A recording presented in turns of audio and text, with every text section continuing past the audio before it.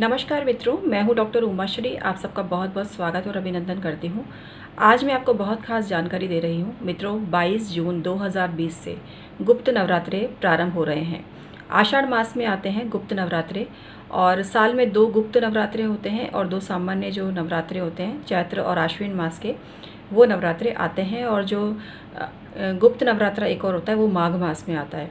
तो इस तरह से माघ, आषाढ़ और चैत्र और आश्विन मास में नवरात्रे आते हैं 4। 2 गुप्त नवरात्रे तांत्रिकों के लिए विशेष महत्व के होते हैं, लेकिन सिद्धि और किसी भी प्रकार के लाभ को हर कोई प्राप्त कर सकता है।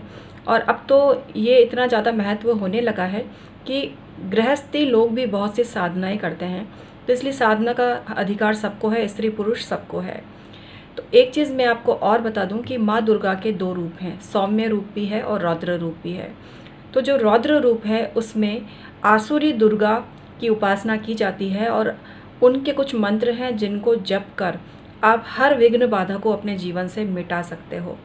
आप नवरात्रों में भी ये कृत्य कर सकते हो, नहीं तो कभी भी आप ये काम कर सकते हो, क्योंकि भगवान हैं ही इसलिए कि जब भी किसी पर कोई प्रॉब्लम हो तो वो उनको पुकार सके, ना कि मुहूर्त ढूंढता फिरे। इसलिए विशेष मुहूर्त में विशेष सिद्धि का महत्व होता है, इससे मैं इनकार नहीं करती। लेकिन मेरा निजी तौर पर ऐसा मानना है कि भगवान को पुकारने के लिए किसी मुहूर्त की ज़रूरत नहीं होती, इसलिए कि हम अपने माँ बाप से क्या मुहूर्त देखकर खाना मांगते हैं या मुहूर्त देख के किसी काम के लिए बोलते हैं। तो माँ दुर्गा तो सारे जगत की माता है, और अपनी माँ से कभी भी कुछ मांगने में संकोच कैसा।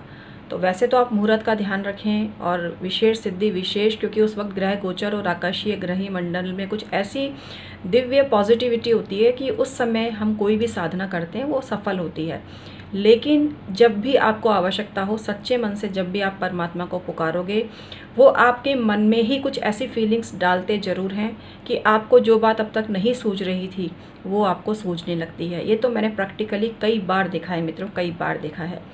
लेकिन जो लोग इन चीज़ों को नहीं मानते हैं, ये चैनल उनके लिए नहीं है।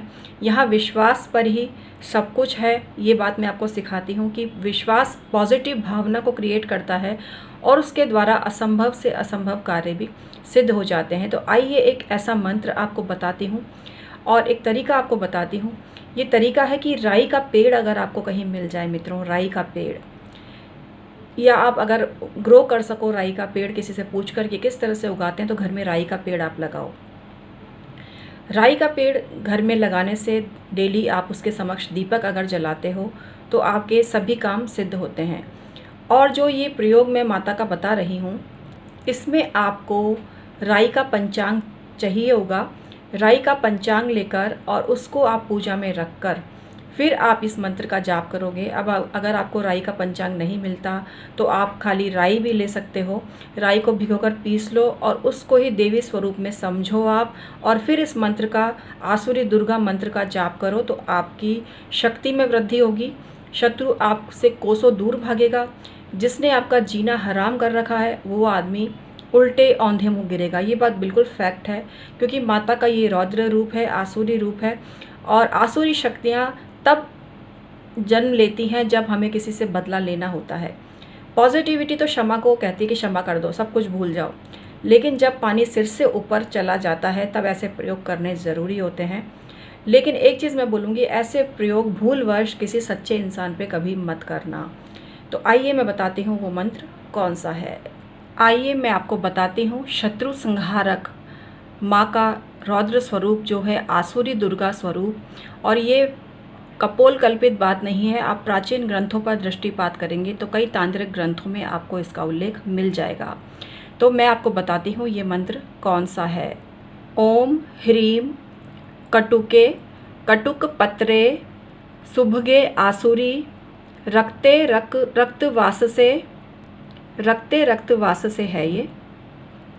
अथर्वण दुहिते अघोरे घोर कर्मकारिके अमुकस्य गतिम। जहाँ अमुकस्य शब्द है वहाँ उस शत्रु का नाम लीजिए जिसकी वजह से आप परेशान हैं।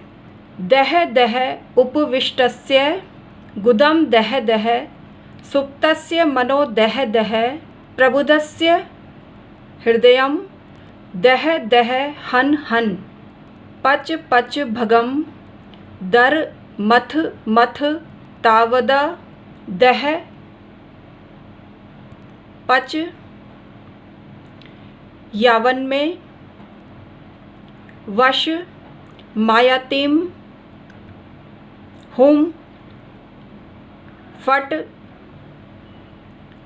स्वाहा। ये है मंत्र।